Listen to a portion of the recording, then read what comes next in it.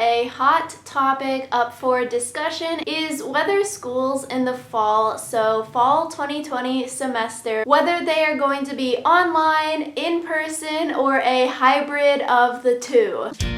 What's up everyone, it is Rachel. Welcome back to my channel. And so if you're new here, hi, my name is Rachel. I just graduated from UC Berkeley, yay. And so even though I don't have to make this decision of whether to go to college in the fall or to defer my admission or to take a gap year, a lot of you all are probably having to make this decision. So I just wanted to share my thought processes and everything that maybe I would be thinking if I were going back to college in the fall. And so right now it seems like a lot of schools haven't announced what they are doing for the fall 2020 semester. As of editing this video, Stanford has announced that they are going to do a hybrid model, which I found interesting because they are going to start their semester earlier and even add an extra summer quarter and then limit the number of students who are able to enroll for each semester. Also, an interesting article was that the Harvard School of Public Health said that social distancing may need to continue into the year 2022. So some sort of hybrid model may be needed until then. And finally, the California state system has planned for an entirely virtual online fall semester. At least for UC Berkeley, they said that they will let us know if fall is going to be fully online or a hybrid model in June. So supposedly this month we will know what is going to be happening. So personally, I think the UC system will do some sort of hybrid model because money. And so it seems like a lot of stuff is up in the air right now. Before getting started, I just wanted to note that definitely having the option to even think about deferring your admission, taking a gap year, is a lot of privilege because a lot of students probably don't even have the option. So the first thing that I wanted to talk about is if you take this year off, what are you going to be doing during your gap year? It seems like they aren't letting you just take fall semester off, but you would have to take the whole 2020 to 2021 academic year off from school. And so I think that's something big that you all would need to think about if you are thinking of deferring your admission, because honestly for me, it's been like 2 weeks of summer, but even for me, having 2 weeks of summer right now, I'm already bored. Like I watched Netflix for a week and then now I'm starting to study for the LSAT again, and that's like a full-time job. So like I have something that I am spending my time with, all of that. But if you were just going to take a year off, but you have no plans, like what are you going to be doing during this time? Probably being very, very bored. But if you have a plan, maybe you're going to work part-time, or maybe you are just taking care of family. At least you're doing something productive versus people who are just going to take a gap year just for the sake of things and then goof off the entire time. Especially if maybe you are thinking of doing grad school later on, you'll probably have to explain what you're doing during this year. If you have nothing to pinpoint your time for these graduate school applications, they're going to be like, what the heck were you doing? You know? The second thing is the cost of online schooling. So technically, if you were taking classes online, the cost of schooling is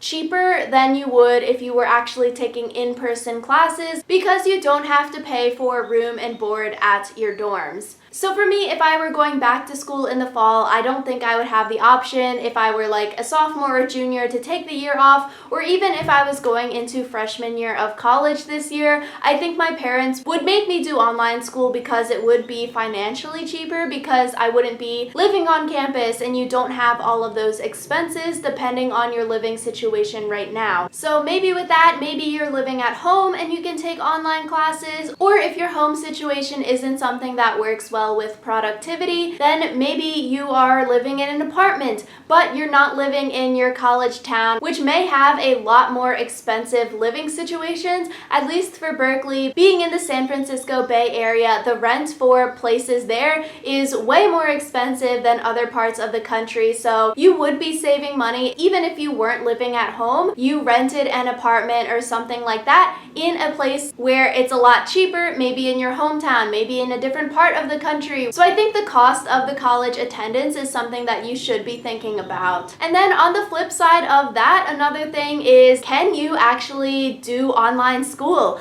I think taking online classes this past semester, doing it is honestly a discipline. You need to learn, like, okay, I can't goof off, I need to do my homework, I need to do my assignments, because these grades still count as grades, and it's not just like, oh, it's online school, it doesn't matter anymore, like, oh, it doesn't feel real, but it's something that you need to get into your mind, like online school is just as legit as in-person school. And then so next semester, probably professors are going to be holding you all to a higher standard. This semester, a lot of professors were more lenient because obviously this is a lot that is happening in the world right now that is brand new for a lot of people, so they were more lenient. But if online classes start to become the norm and we can't phase in-person classes until 2021 or 2022, then you need to take online classes seriously. And I think something to think about is whether you can do online classes or whether you prefer in-person classes. And then maybe the money thing evens out. If you would be paying less money to do online classes, maybe you're thinking you're not getting the same level of education as you would if you paid full price for your college education and did in-person classes. So that's something to think about, whether you think you can make the most out of the online classes versus the in-person classes. I would definitely say online classes, you need to have discipline, you need to have time management, you need to have a schedule. Otherwise, you're just going to goof off and then pretend like, oh, it's not real school because I'm not sitting in a lecture hall, but like,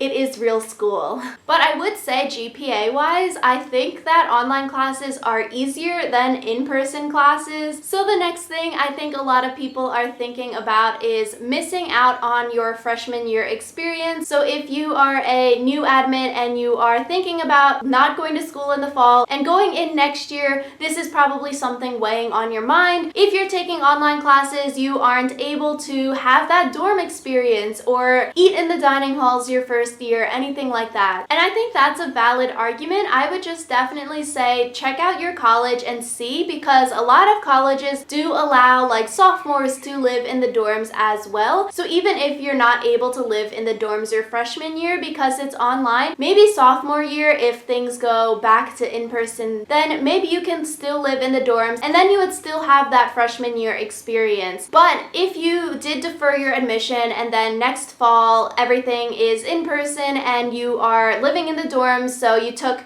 a gap year, then you would technically be 1 year older than all of the people living in your dorms if it's all the typical 17 or 18-year-olds that come in as freshmen. And so for the big milestones in your college career, like turning 21, a lot of your friends might be like a year younger than you if they were all the typical freshman age going into college. But if you look at your college website and you see that, okay, as a sophomore, junior, senior, I can still live in the dorms, maybe next year, if you don't take a gap year, you would go in and then you would be living with other sophomore aged people. You can still have that freshman year experience of living in the dorms, but you would also be with people your own age. And then I think something to note about living in the dorms, it seems like for this fall, if colleges do a hybrid model, so like some classes are in person, but most classes are online to adhere to social distancing, the dorm living won't be the same at all, because you can't have like 40 students on the floor all sharing one bathroom if you want students to be socially distant from one another. So even the whole freshman year dorm experience might be looking a lot different than from like when I went through the freshman year dorm experience. So I think that's something to note as well. You should definitely check out if your school is doing maybe a hybrid model, what the dorms would look like, because if your whole reason to defer your admission is because you want that freshman year experience, then you have to see if that freshman freshman year experience is still even possible, because maybe it's not, because the school is changing dorm living, or they're not even going to be offering students to live like 3 people in a room anymore. And then finally, something to think about is traveling. So if you're an out-of-state or international student, for where your college is located, that would definitely be something to think about, because if you don't feel comfortable traveling back to your school or anything like that, if classes are online or if it's a hybrid model, then you sort of have to either take a gap year or take online classes. So that's something to think about if you don't feel safe going back to your college, taking the flight, taking the road trip, something like that, then that might weigh into your decision. So yeah, these were some of the things that I would be thinking about if I were going back to school in the fall, but alas, I am not. But my brother is, and he's doing online summer classes right now, and he's probably going to continue doing online classes in the fall. Definitely let me know in the comments down below if you have any other video ideas that you want to see me do. As always, thank you so much for watching. Make sure you like and subscribe, and I post every Wednesday and Sunday at 10 a.m. Eastern, so I will see you all next time.